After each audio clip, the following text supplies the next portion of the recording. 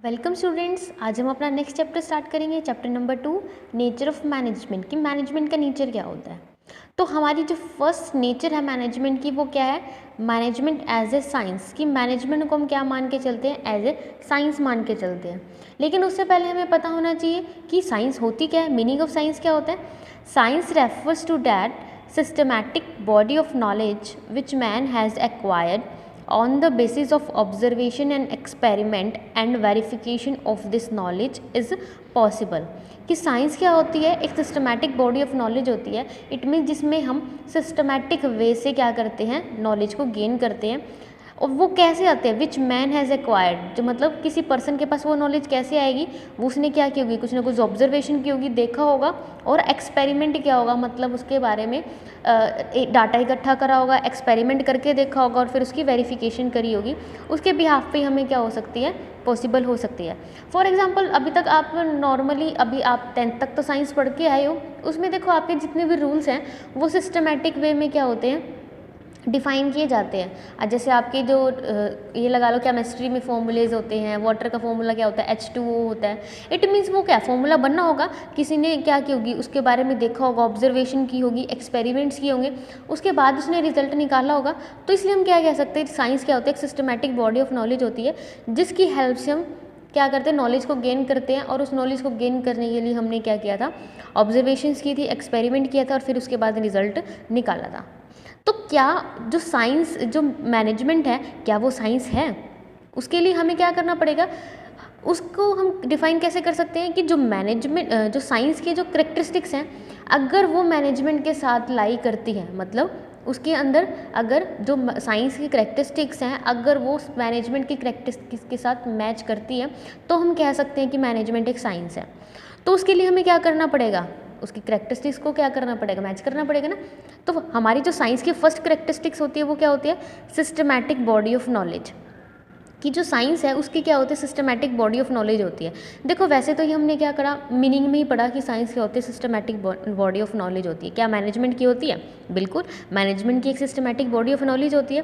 क्योंकि हमने क्या किया था, देखो आपको पढ़ाया भी जाता है कि मैनेजमेंट क्या है, अभी तक हमने एक चैप्टर भी किया है।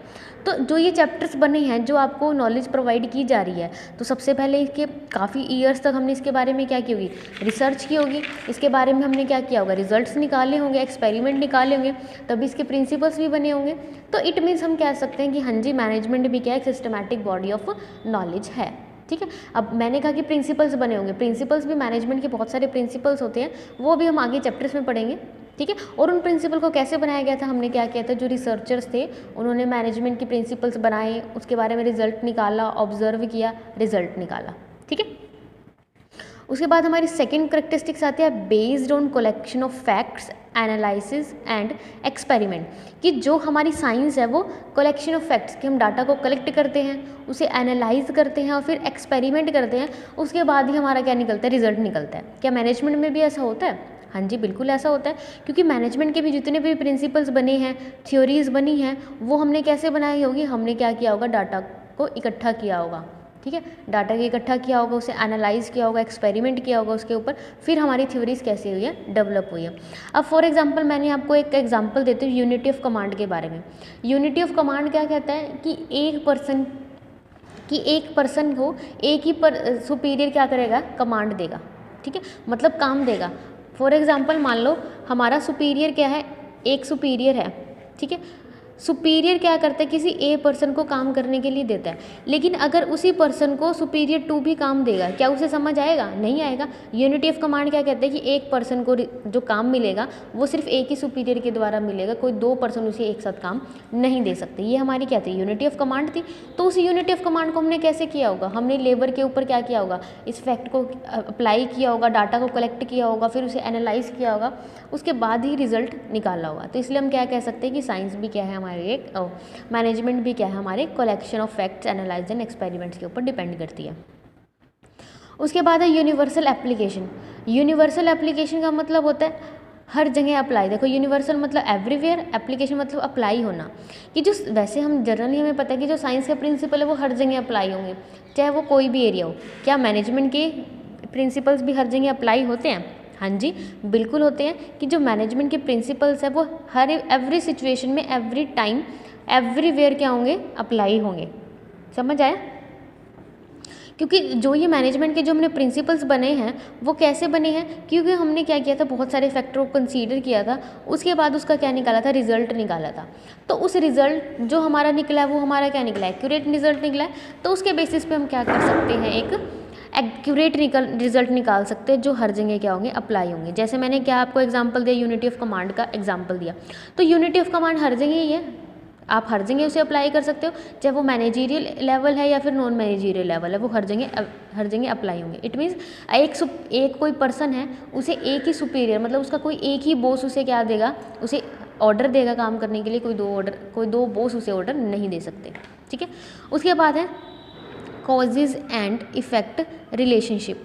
ये क्या कहता है कि जो साइंस होती है उसमें कॉजेज एंड इफेक्ट का रिलेशन होता है, कि अगर एक कारण हुआ, कि मान लो हमने कहा कि कोई भी चीज़, मान लो कोई वाटर का प्रेशर इंक्रीज़ हो रहा है, तो कैसे हो रहा है, क्यों हो रहा है, उसका इफेक्ट हमें पहले से ही पता है। ठीक है, तो इट मीन्स साइंस में भी क्या है कि कॉजेज एंड इफेक्ट रिलेशन है। तो क्या मैनेजमेंट के अंदर कॉजेज एंड इफेक्ट रिलेशन है?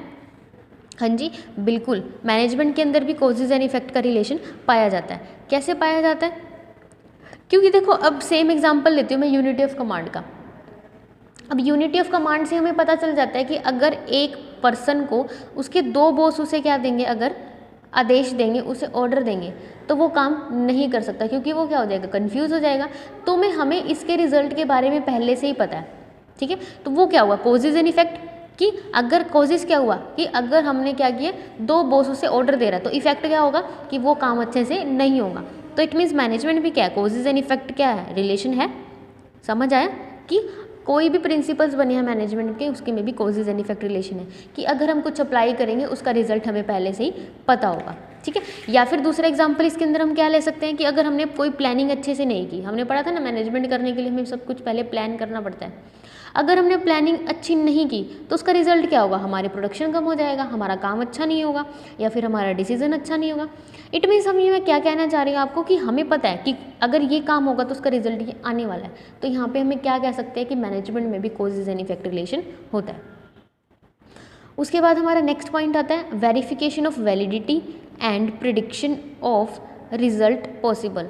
इट मीन्स क्या है कि जो हमने प्रिडिक्शन की है, मतलब हमारे जो मैनेजमेंट के अंदर हमारे रिजल्ट निकल के आए हैं, मतलब एज ए प्रिंसिपल्स जो हमारे बने हैं, उसको हम क्या कर सकते हैं, उसकी वेरिफिकेशन या फिर उसके बारे में प्रिडिक्ट कर सकते हैं कि हमारा रिजल्ट क्या होने वाला है। इट मीन्स अगर हमने मैनेजमेंट का कोई प्रिंसिपल को अप्लाई किया है तो उसका क्या रिजल्ट हमारे पास आने वाला है, उसके बारे में पहले से ही हमारे पास क्या होता है, पता होता है। हम उसकी क्या कर सकते हैं, वेरिफिकेशन कर सकते हैं। तो जैसे एग्जाम्पल क्या हुआ, यूनिटी ऑफ कमांड हम सेम ले लेते हैं कि अगर हम यूनिटी ऑफ कमांड को लगाएंगे, इट मीन्स एक पर्सन को उसका एक ही बॉस क्या करेगा, उसे ऑर्डर देगा, तो वो क्या कर सकता है, बहुत अच्छे से काम कर सकता है। ठीक है, हमें पता चल गया ना इस बारे में कि वो बहुत अच्छे से काम कर सकता है, लेकिन क्या कंडीशन होगी कि उसे एक बॉस ही क्या देगा, उसे ऑर्डर देगा। तो हम इसको क्या कर सकते हैं, अप्लाई भी कर सकते हैं, हम प्रिडिक्ट भी कर सकते हैं रिजल्ट को कि हाँ काम तो बहुत अच्छे होने वाला है, क्योंकि एक बॉस ने ही ऑर्डर दिया था।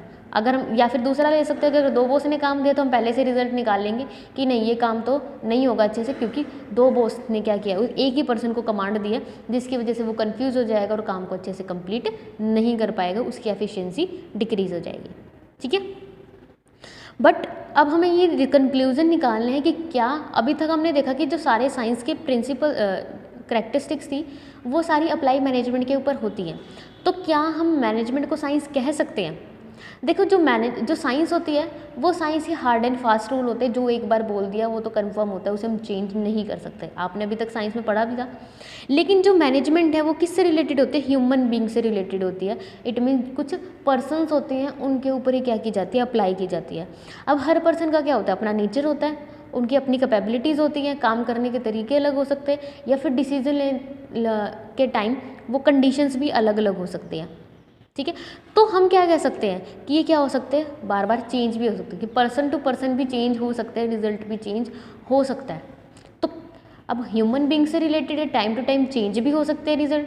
तो क्या इसको हम साइंस बोलेंगे? तो इसका कंक्लूजन यही आता है कि हम इसको परफेक्ट साइंस नहीं बोल सकते, या फिर एग्जैक्ट साइंस नहीं बोल सकते, क्योंकि साइंस में क्या होता है, हार्ड रूल्स होते हैं। इट मीन जो हमने एक बार रूल बना दिया उसे हम चेंज नहीं कर सकते। लेकिन मैनेजमेंट में तो ह्यूमन बींग्स है, सबका नेचर अलग है, हमें टाइम टू टाइम क्या करना पड़ेगा, अपने डिसीजंस को भी चेंज करना पड़ेगा। ठीक है। इसलिए हम मैनेजमेंट को क्या बोलते हैं, अप्लाइड साइंस या फिर इनएग्जैक्ट साइंस बोलते हैं, कि साइंस तो है लेकिन पूरी कंप्लीटली साइंस नहीं है, इसे हम अप्लाइड साइंस बोलेंगे। हम अपने अकॉर्डिंग क्या कर सकते हैं, इसमें चेंज भी कर सकते हैं। अब आपको समझ आया? तो एट लास्ट हम यही कह सकते हैं कि मैनेजमेंट क्या है, एक हमारी साइंस है, बट इनएग्जैक्ट साइंस है या फिर अप्लाइड साइंस है। ओके।